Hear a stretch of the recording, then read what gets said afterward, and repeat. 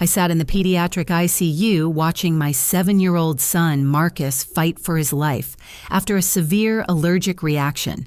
The machines beeped constantly around his tiny body as doctors discussed experimental treatment options that insurance wouldn't cover. With trembling hands, I pulled out my phone to check my savings account, ready to pay anything to save my child. The screen loaded and my world shattered completely. $850,000 was gone. Every penny I had saved since my husband Jake died 3 years ago had vanished. Multiple unauthorized transfers showed my money flowing directly into my sister-in-law, Jennifer's, and brother-in-law Derek's accounts. As Marcus's oxygen monitor alarm pierced the sterile air, I realized my own family had robbed me blind. The drive to Jennifer and Derek's house felt like traveling through a nightmare.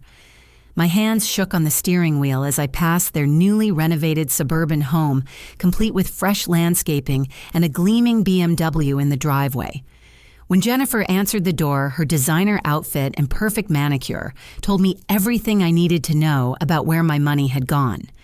"Shannon, what a surprise," she said, her voice dripping with false sweetness. "Shouldn't you be at the hospital with Marcus?" Derek appeared behind her, sporting an expensive watch I had never seen before. His confident smile made my stomach turn as I pushed past them into their living room, which had been completely transformed with luxury furniture and a massive flat-screen television. "Where is my money?" I demanded, my voice cracking with exhaustion and fury. Derek's smile widened as he settled into a leather recliner that probably cost more than most people's monthly rent. "What money are you talking about, Shannon?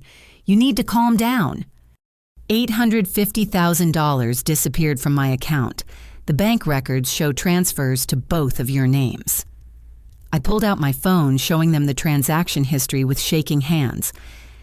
Jennifer exchanged a look with Derek before sitting down on their new sectional sofa. "Oh, that money. Well, we needed it more than you. You're single with just one kid. We have 3 children and bills to pay." The casual way she dismissed my life savings left me speechless. Derek leaned forward, his expression turning serious. "Shannon, you were never responsible with money anyway. Jake always handled your finances, and after he died, you just let everything sit there doing nothing. We're putting it to good use." That money was for Marcus's future, for emergencies exactly like this one.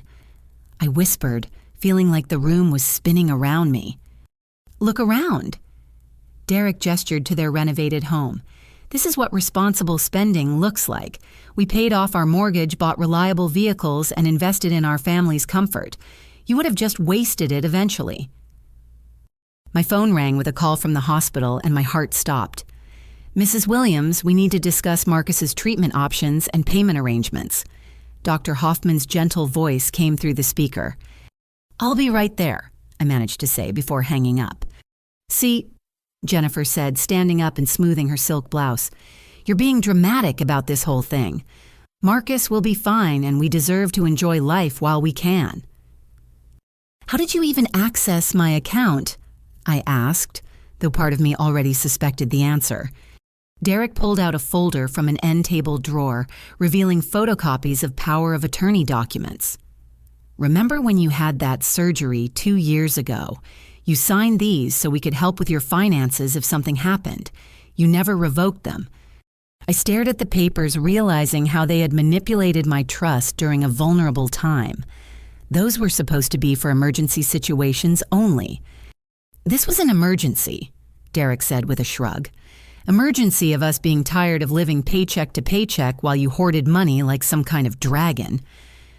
The front door opened and my mother Dorothy walked in carrying shopping bags from expensive department stores. She looked at me with obvious annoyance. "Shannon, what are you doing here? Jennifer told me you were causing trouble." "Mom, they stole my money, all of it, while Marcus is dying in the hospital." Dorothy set down her bags and crossed her arms. "Nobody stole anything. Derek and Jennifer explained everything to me.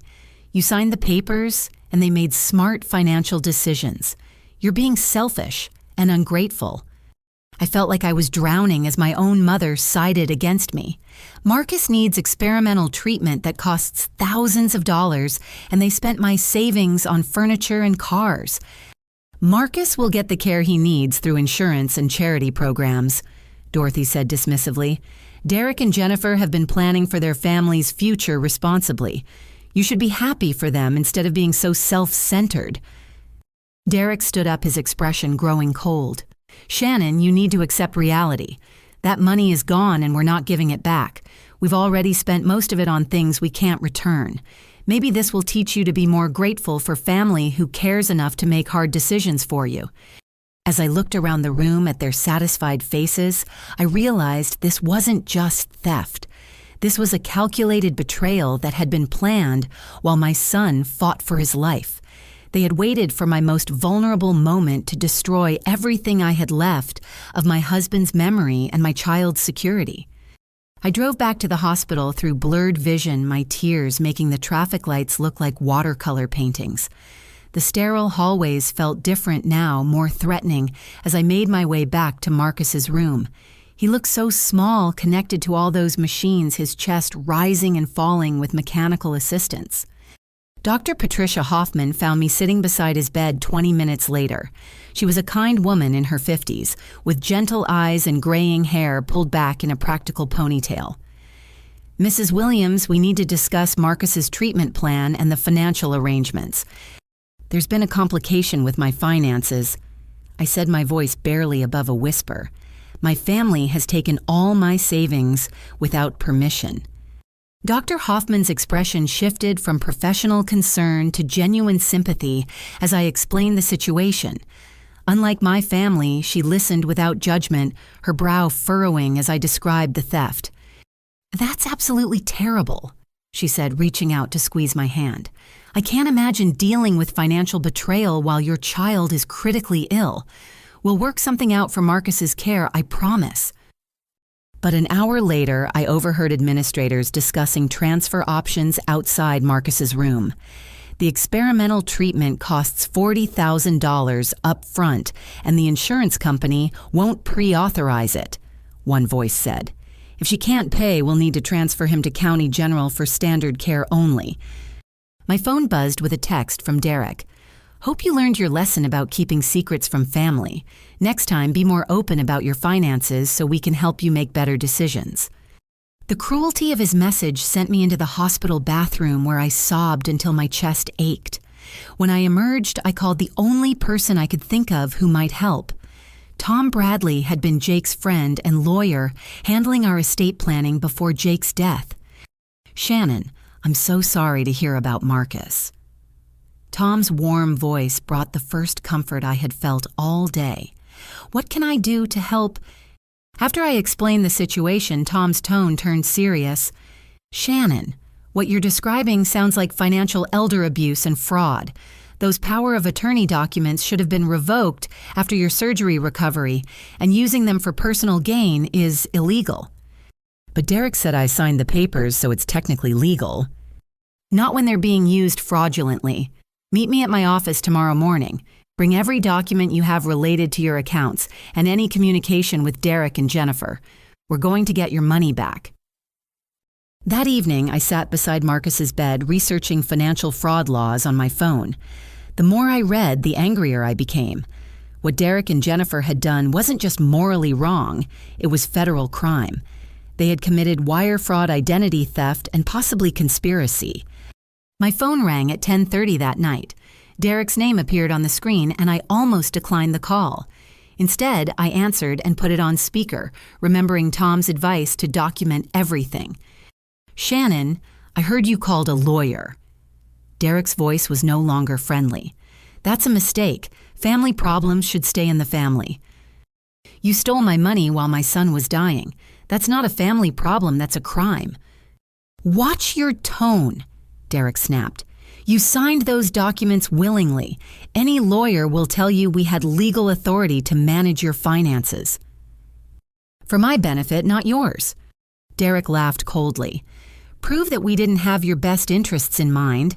Prove that buying us a house and cars wasn't somehow helping you too. You can't, because family helps family, and now we're in a position to help you when you need it. I need help now, and you refuse to return my money. That money is gone, Shannon. We've spent it on things that matter.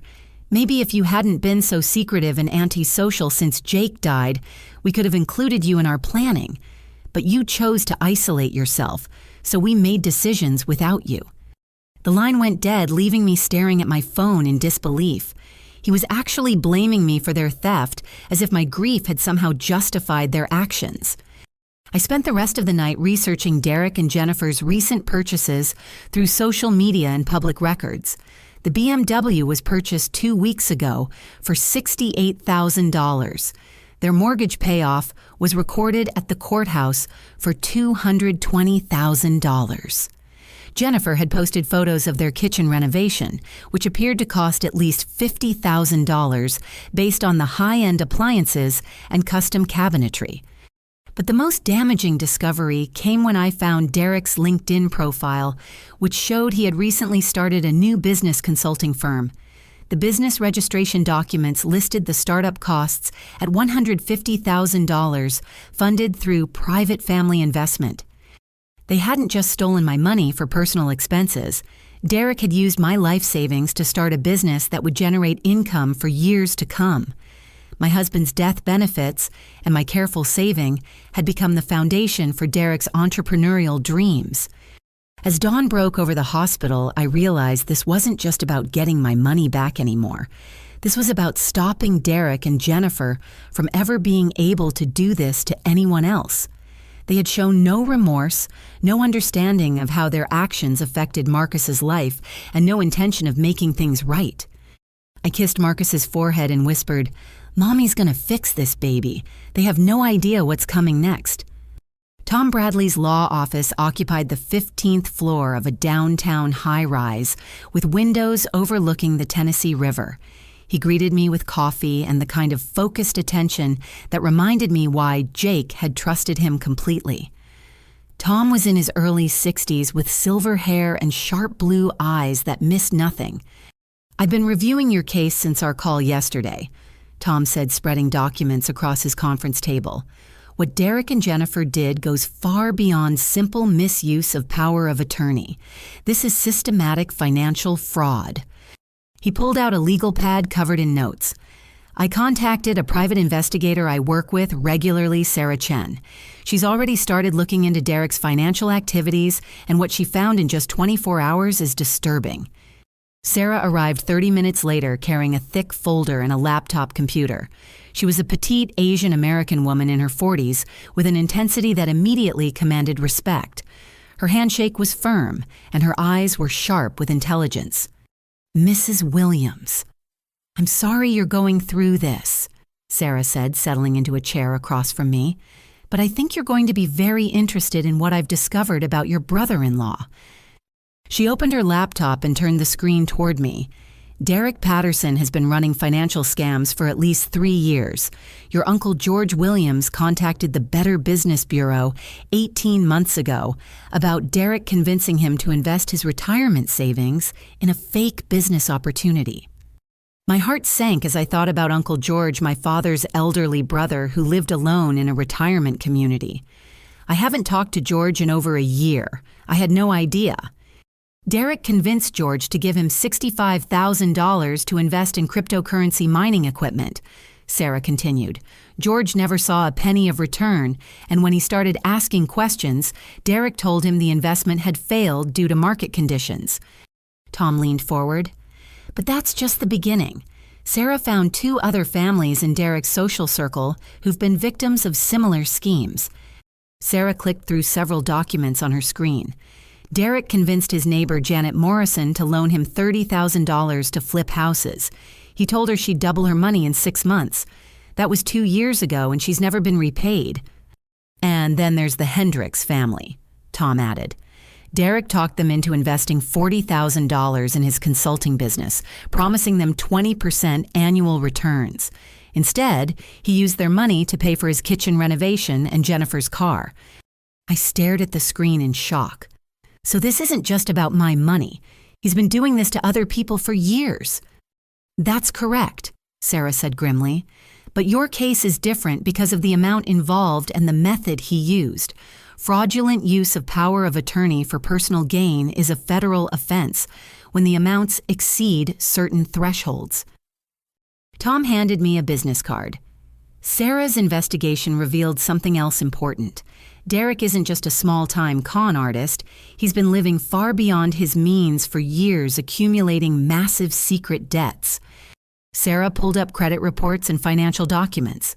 Derek and Jennifer have 17 credit cards with a combined balance of over $300,000.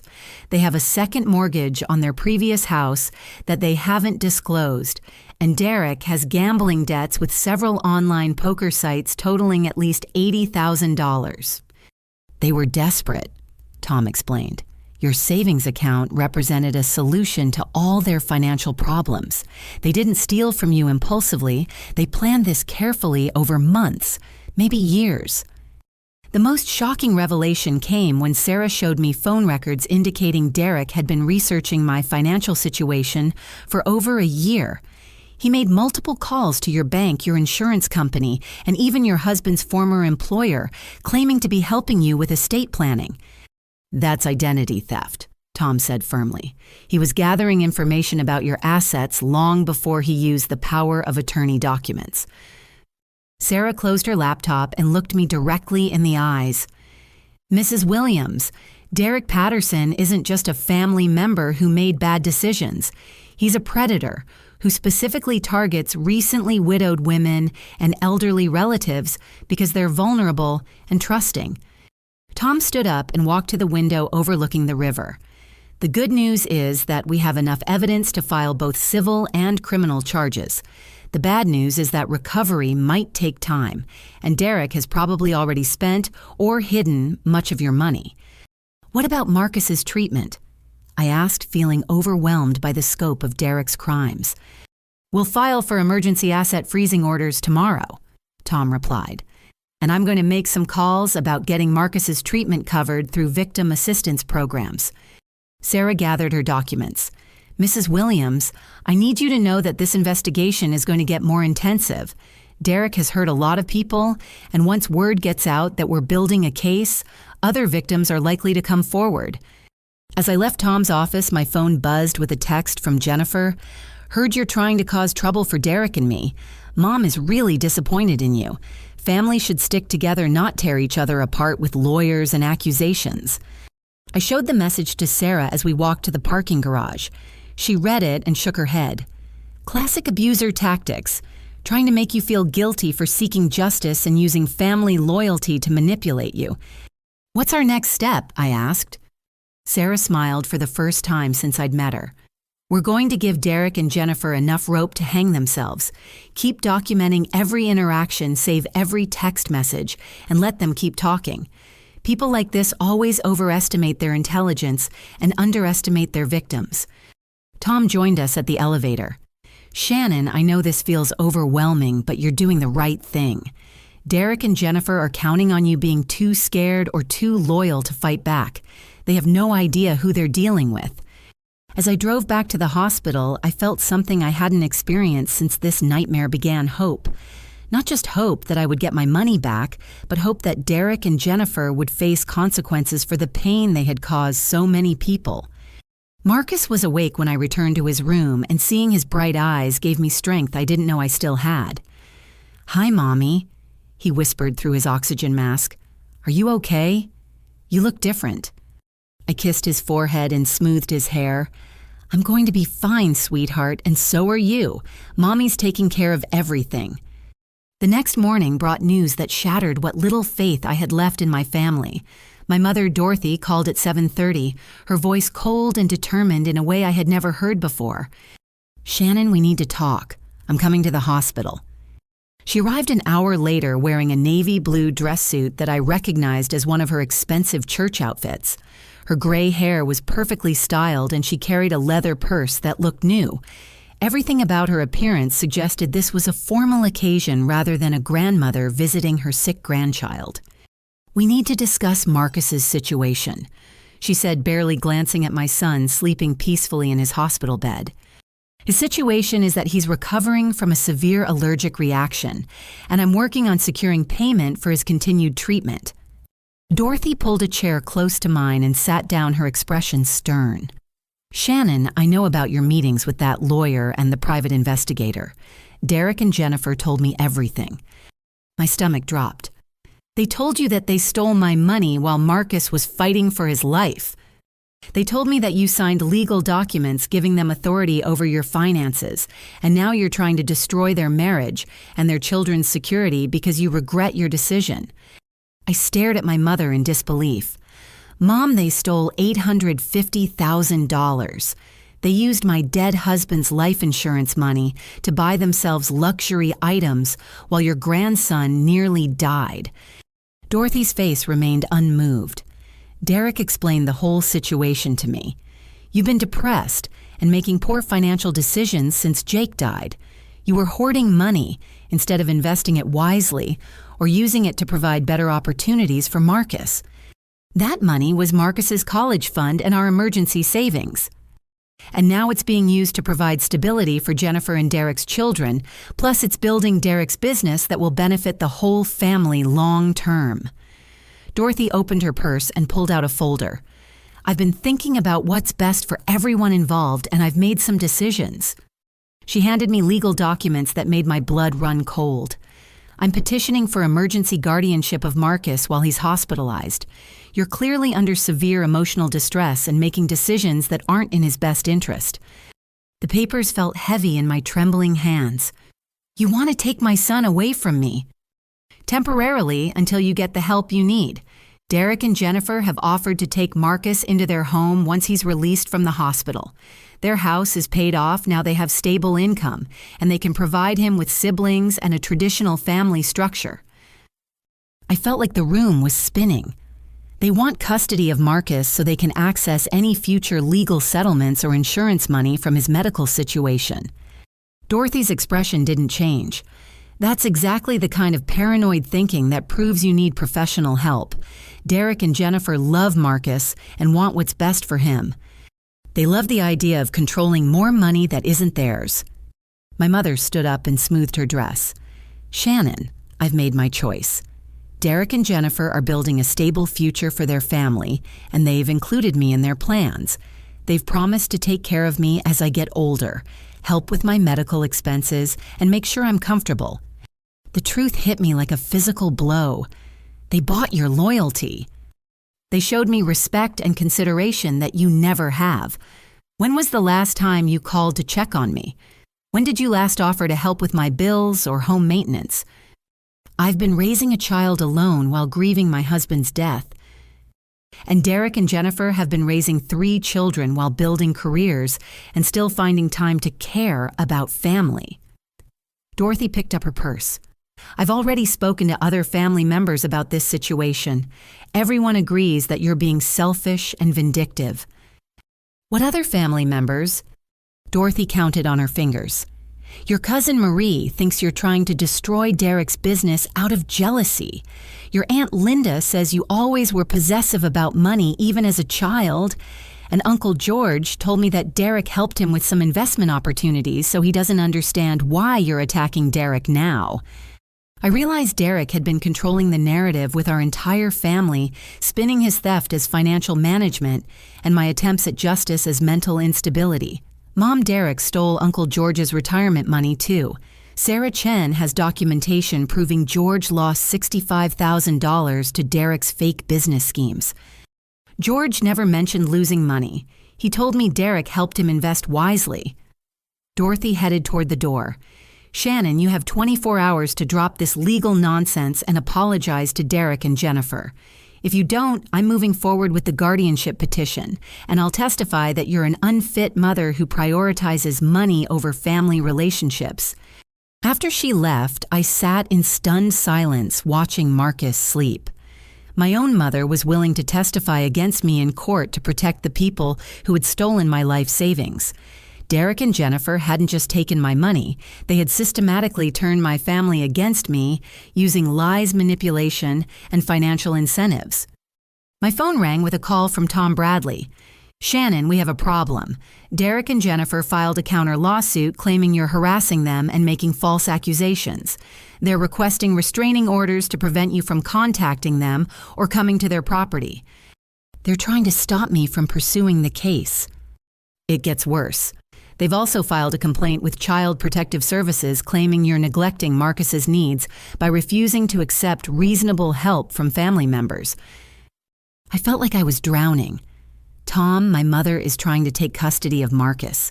She's been completely turned against me. Tom was quiet for a long moment. Shannon, I need you to listen carefully.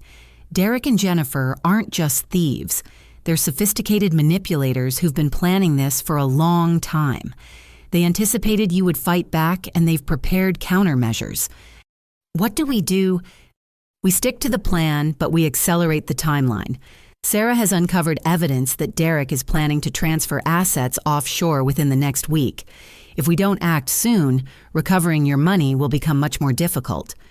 That evening, I received a group text message that had been sent to over 20 family members. Shannon Williams is having a mental breakdown and making false accusations against Derek and Jennifer Patterson. She's trying to destroy their family because she can't handle her own grief and financial problems. Please keep Derek, Jennifer, and their children in your prayers during this difficult time. The message was sent from my mother's phone, but I recognized Derek's manipulative language in every word. He had turned my family crisis into a social media campaign against me, painting himself and Jennifer as victims of my mental instability. One by one, family members I had known my entire life began responding to the message with support for Derek and Jennifer. Cousins I had played with as a child, aunts who had held me as a baby, and family friends who had attended Jake's funeral all posted messages about praying for Derek's family and hoping I would get the help I needed. As I read their responses, I realized Derek hadn't just stolen my money. He had stolen my family, my support system, and my reputation in the community where I had lived my entire life. He had isolated me completely, leaving me with nothing but a sick child and a legal battle I wasn't sure I could win. But as I watched Marcus breathing steadily with the help of machines that were keeping him alive, I knew I couldn't give up. My son deserved better than a family that would sell their integrity for luxury furniture and paid off mortgages. Derek and Jennifer thought they had won by turning everyone against me. They had no idea that their greed and cruelty had just given me the motivation to fight harder than I ever had in my life. 3 weeks had passed since discovering the theft, and Derek's confidence had grown insufferable. He had been posting on social media about family loyalty and the importance of forgiveness, positioning himself as the victim of my unreasonable accusations. But what Derek didn't know was that I had been far from helpless during this time. The truth was that Jake had taught me more than just how to love and be loved. As a forensic accountant who specialized in white-collar crime investigations, he had drilled into me the importance of documentation, evidence preservation, and strategic thinking. Every conversation I had with my family since discovering the theft had been recorded on my phone. Every text message, email, and social media post had been screenshotted and stored in multiple locations. Tom Bradley arrived at the hospital that morning with news that would change everything. Shannon, there's something I need to tell you about Sarah Chen in this investigation. I looked up from Marcus's bedside where I had been reading him stories while he continued his recovery. What do you mean? Tom sat down and opened his briefcase. Sarah isn't just any private investigator. She's a former FBI agent who specializes in financial crimes, and she was recommended to me by federal prosecutors who've been tracking Derek's activities for months. My heart raced. Federal prosecutors. Derek's schemes cross state lines and involve wire transfers between multiple states, which makes this a federal case. The FBI has been building a case against him since Uncle George filed a complaint that was forwarded to their financial crimes unit. Tom pulled out a folder thick with documents. Shannon, for the past 3 weeks, you haven't just been gathering evidence for a civil lawsuit. You've been working as an informant in a federal criminal investigation. I stared at him in shock. You mean this whole time? Sarah has been feeding everything you've documented directly to federal agents. Your recordings of Derek admitting to the theft, Jennifer's text messages about deserving the money, your mother's involvement in the conspiracy. All of it is evidence in a federal criminal case. Sarah Chen appeared in the doorway as if summoned by our conversation. Mrs. Williams, we're ready to move to the next phase of the operation. She sat down and opened her laptop. For the past week, Derek has been making increasingly desperate moves to hide assets and transfer money offshore. Yesterday, he opened 3 new bank accounts in the Cayman Islands and attempted to wire $200,000 out of the country. He doesn't know we're watching every transaction, Tom added. Federal agents have been monitoring his communications and financial activities around the clock. Sarah smiled. Derek thinks he's being clever, but every illegal action he takes just adds years to his potential prison sentence. Wire fraud, money laundering, conspiracy, tax evasion. We're looking at 20 to 25 years if he's convicted on all counts. I felt a surge of satisfaction that I hadn't experienced since this nightmare began. What about Jennifer and my mother? Jennifer is facing conspiracy charges, an accessory to fraud. Your mother's involvement makes her an accessory, but her cooperation in testifying against Derek could reduce her charges significantly. Tom leaned forward. Shannon, there's something else. The federal prosecutors want to offer Derek a plea deal to testify against other financial fraud networks he's been connected to. But they'll only make that offer if you're willing to cooperate with the sting operation they're planning. What kind of sting operation? Sarah's expression grew serious. We want Derek to believe he's won. We're going to let him think you've given up, that the family pressure has broken you, and that he can safely continue his criminal activities. Meanwhile, federal agents will document everything he does. I thought about Marcus, who was finally showing signs of full recovery, and about all the other families Derek had victimized over the years. What do you need me to do? Tomorrow evening, Derek and Jennifer are hosting a family barbecue to celebrate what they're calling their new beginning, Sarah explained.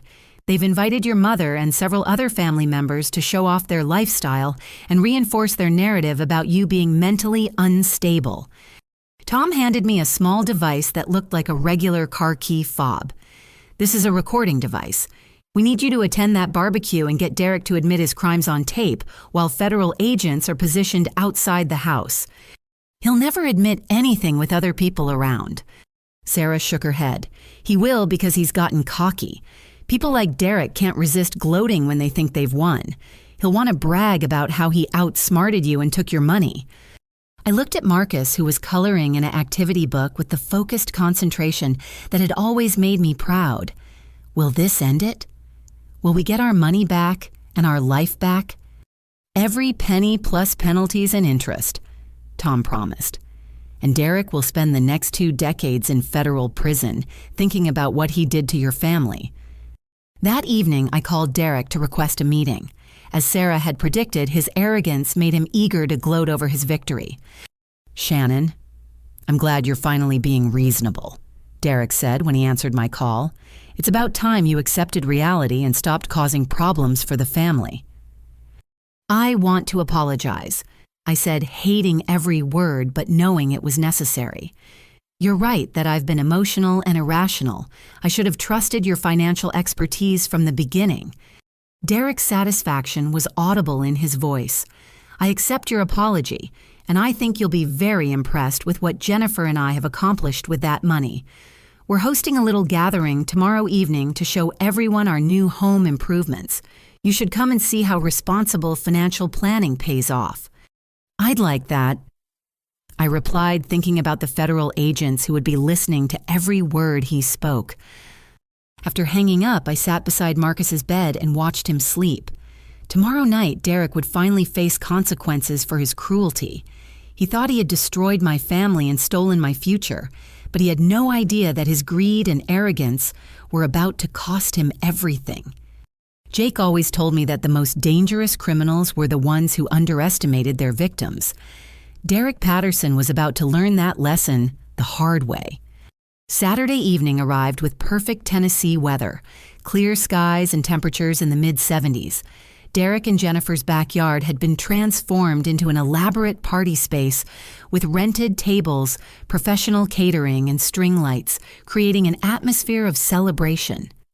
Nearly 30 family members had gathered to admire their renovated home and enjoy what Derek kept calling their success story.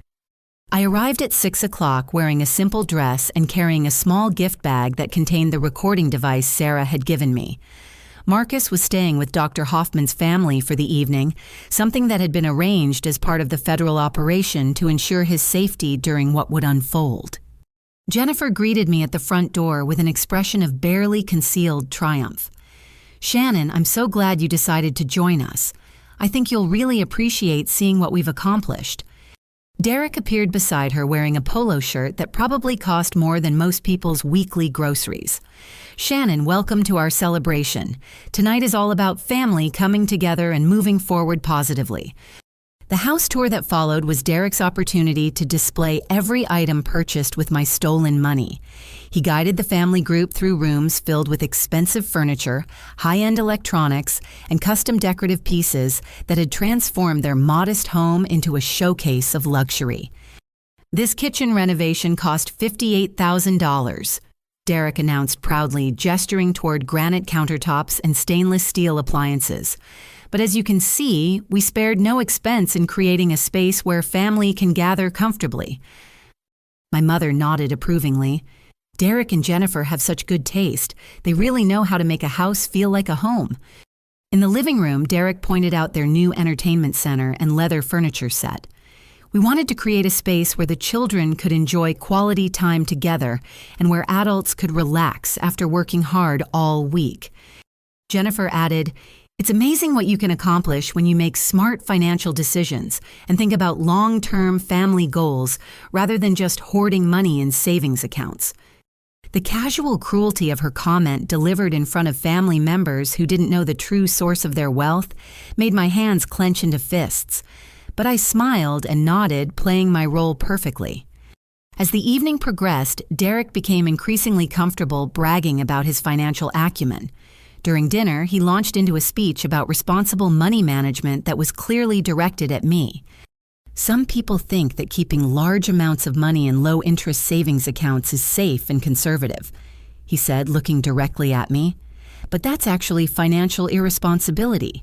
Money should be invested in assets that appreciate in value and provide ongoing benefits." My Uncle Robert raised his wine glass. "Derek, you and Jennifer have really turned things around. A year ago, you were struggling with bills, and now look at this place." Derek's chest puffed with pride. "It takes courage to make bold financial moves, but when you have vision and determination, you can achieve remarkable results very quickly." As the sun set and the string lights created a magical atmosphere, Derek pulled me aside for a private conversation near the edge of their property. This was the moment Sarah and the federal agents had been waiting for.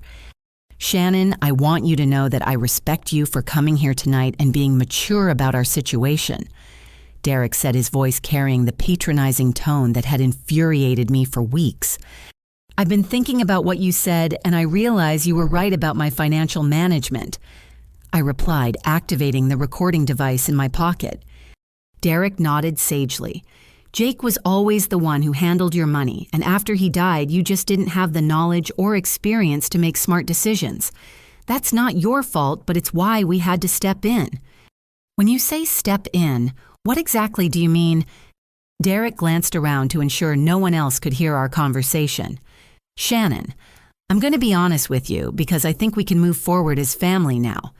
We didn't just accidentally discover those power of attorney documents.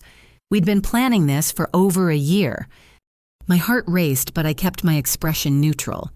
"Planning what?"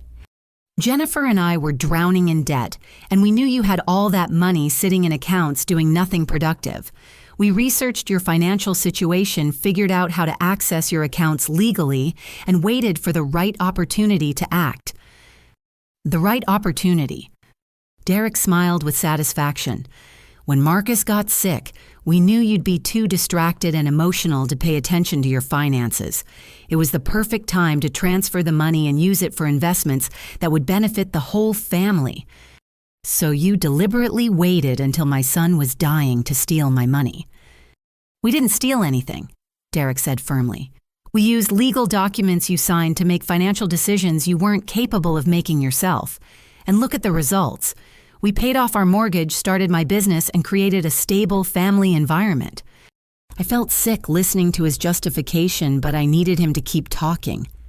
What about the other people you've taken money from? Uncle George, the Hendricks family, Janet Morrison? Derek's expression shifted slightly, but his arrogance quickly returned. Shannon's successful people take calculated risks and make bold moves. Not everyone understands business and investment strategies. You mean not everyone understands that you're running confidence schemes? Derek stepped closer, his voice dropping to a whisper. Shannon, you need to be very careful about making accusations you can't prove. I have this entire family believing that you're mentally unstable and vindictive. One word from me and your mother will have Marcus taken away from you permanently. You're threatening me. I'm explaining reality. You signed legal documents giving us authority over your finances. You have no case, no evidence of wrongdoing, and no family support. The smartest thing you can do is accept what happened and move on with your life. At that moment, the sound of car doors slamming came from the front of the house. Derek looked confused as voices and footsteps approached the backyard. Who would be arriving this late to the party? The answer came when 6 federal agents in windbreakers marked FBI burst through the back gate with weapons drawn. Everyone stay calm and keep your hands visible, the lead agent announced. This is a federal law enforcement operation. Derek's face went completely white as the reality of the situation hit him. Shannon, what did you do? I did what my husband taught me to do, I replied calmly. I documented everything, gathered evidence, and made sure that criminals face consequences for their actions. Agent Martinez approached Derek with handcuffs. Derek Patterson, you're under arrest for wire fraud, conspiracy, money laundering, and violation of federal banking regulations. Jennifer began screaming from across the yard as another agent read her rights. This is insane. We didn't do anything illegal. Shannon signed the papers. My mother stared at me in shock. Shannon, what is happening here? Derek and Jennifer are federal criminals, Mom. They've been stealing money from family members and other victims for years. The FBI has been investigating them for months. As Derek was handcuffed, he turned to me with hatred in his eyes. You set me up. You recorded our conversation. Actually, Derek, you set yourself up the moment you decided to steal money from a widow while her child was fighting for his life in the hospital. Everything that happens to you from this point forward is a consequence of your own choices. Agent Martinez led Derek toward the front yard. Mr. Patterson, you have the right to remain silent. I strongly suggest you use it. As federal agents seized computers, financial documents, and evidence throughout the house, family members who had supported Derek and Jennifer began to understand the scope of their crimes. Uncle George sat in stunned silence as agents explained how Derek had defrauded him of his retirement savings. My mother approached me with tears in her eyes. Shannon, I'm so sorry. I had no idea they were criminals. Mom, they convinced you to try to take my son away from me. They turned our entire family against me to cover up their crimes. Dorothy nodded, looking older than I had ever seen her. I was wrong to trust them. I was wrong about everything. As Derek and Jennifer were loaded into federal vehicles, their 3 children watched in confusion from the front porch.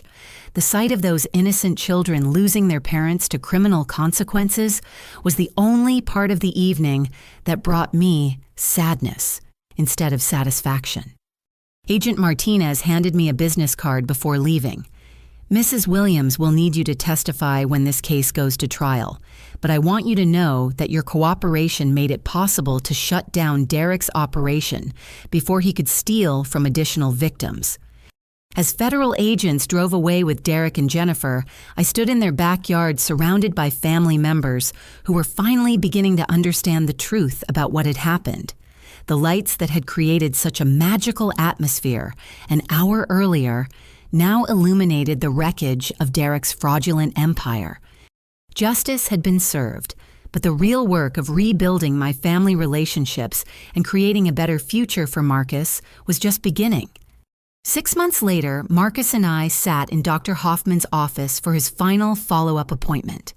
The experimental treatment had been completely successful, and he was officially cleared to return to all normal childhood activities. The funding for his care had come through federal victim assistance programs, ensuring that Derek's crimes didn't prevent Marcus from receiving the medical attention he needed. "Marcus is completely healthy," Dr. Hoffman announced with a smile that had become genuinely warm over the months we had known her. "Whatever he wants to do, sports school activities, running around with friends, he can do all of it." Marcus grinned and flexed his small bicep. "Can I play soccer again, Mommy?" "You can play anything you want, sweetheart." Dr. Hoffman walked us to her office door. "Shannon, I want you to know that watching you fight for Marcus while dealing with your family situation has been inspiring. You showed incredible strength during an impossible time." That strength had been tested throughout the legal proceedings that followed Derek and Jennifer's arrest. The federal case had moved quickly once other victims came forward with evidence of Derek's schemes.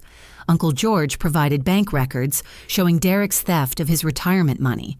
The Hendricks family testified about the fake investment opportunity that cost them $40,000.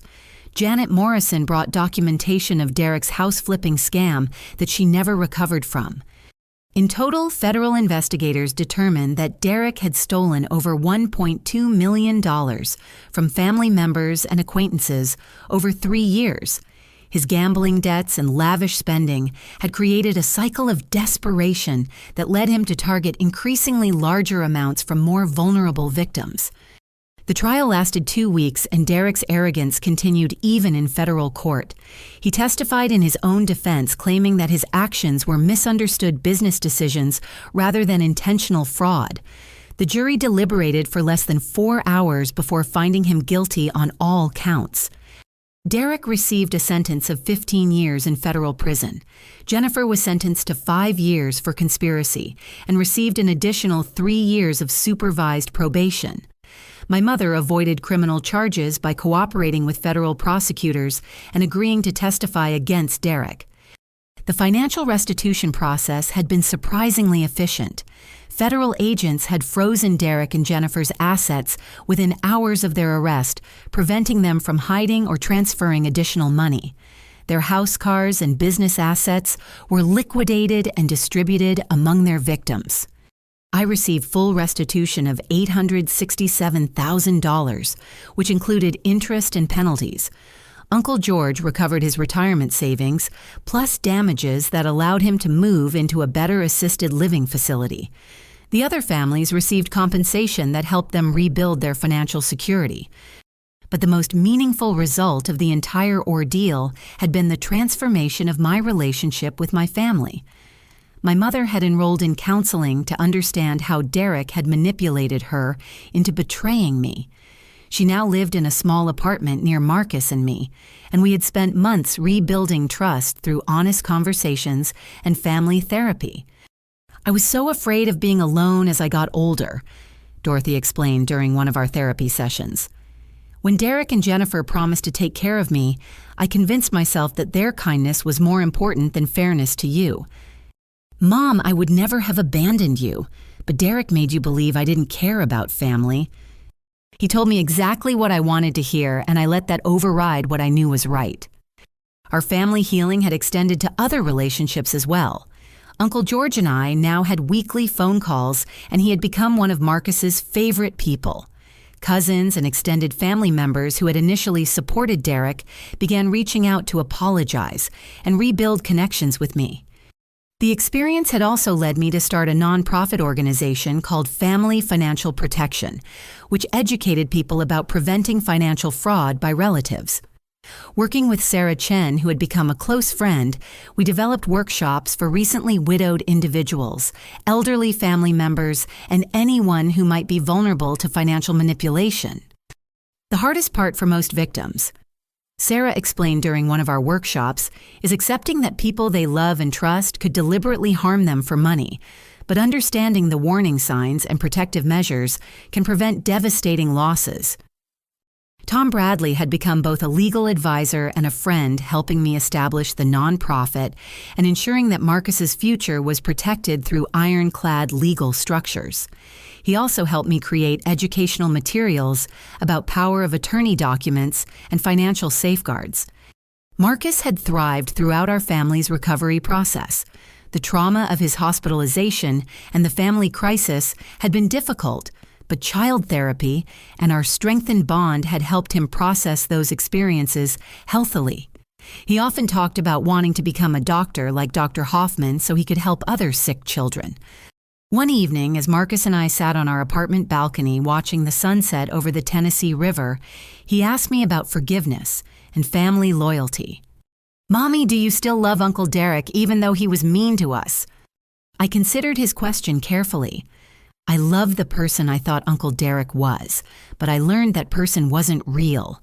The real Uncle Derek made choices that hurt a lot of people, including us. "Will he ever get to come home?" "Not for a very long time, sweetheart. When people make bad choices that hurt others, they have to face consequences so they can learn to make better choices in the future." Marcus nodded thoughtfully. "I'm glad the police stopped him from taking our money. Now we can help other families stay safe too." His understanding of our situation and his desire to help others had become one of the most beautiful outcomes of our difficult experience. Despite everything he had witnessed, Marcus remained trusting and loving while developing wisdom about protecting himself and others from harmful people. The financial security restored through Derek's conviction had allowed me to focus on building a meaningful life rather than simply surviving crisis. Marcus and I had moved into a larger apartment with a garden where we grew vegetables together. I had returned to work part-time while dedicating significant effort to the nonprofit organization. Most importantly, I had learned to trust myself and my instincts again. Derek's manipulation had made me doubt my perceptions and question my worth as a person and parent. Recovery had meant reclaiming confidence in my ability to protect Marcus and make good decisions for our future. On the anniversary of Derek's sentencing, Marcus and I visited Jake's grave to update him on our progress. As we placed fresh flowers on his headstone, I told my late husband about the strength he had given me through his forensic accounting training and his emphasis on documentation and evidence. "Daddy would be proud of how we caught the bad guys," Marcus said, patting the gravestone gently. "He would be proud of how brave you were during your hospital stay and how kind you've been to Grandma Dorothy while she learned to make better choices." As we walked back to our car, Marcus asked me the question that had become our family motto. "Mommy, what did we learn from this adventure?" I knelt down to his eye level and smiled. "We learned that real family loyalty means protecting each other from harm, not enabling harmful behavior. We learned that justice requires courage and patience, and we learned that sometimes losing everything shows you what you truly have." What do we truly have? We have each other. We have people who genuinely care about us, and we have the knowledge that we can survive difficult times and help other people survive them too. 6 months ago, I thought Derek and Jennifer had destroyed my family and stolen my future. Instead, their cruelty had taught me lessons about strength, justice, and authentic relationships that I never would have learned otherwise. Marcus and I had built a new life surrounded by people who proved their love through actions rather than words. Derek would spend the next decade in federal prison thinking about his choices. Jennifer would struggle with restitution payments and supervised probation that would limit her freedom for years to come. But Marcus and I were free to build whatever future we could imagine, protected by legal safeguards and supported by relationships based on genuine care rather than financial manipulation. As we drove home through the Tennessee hills, Marcus fell asleep in his car seat with a smile on his face. In the rearview mirror, I could see the happiness that had returned to his features now that our crisis had passed and our security was restored. Have you ever experienced betrayal from someone you trusted completely? And how did you find the strength to seek justice while protecting the people you love? Most family relationships can be complicated when money and desperation are involved. But I believe that real love always chooses protection over profit.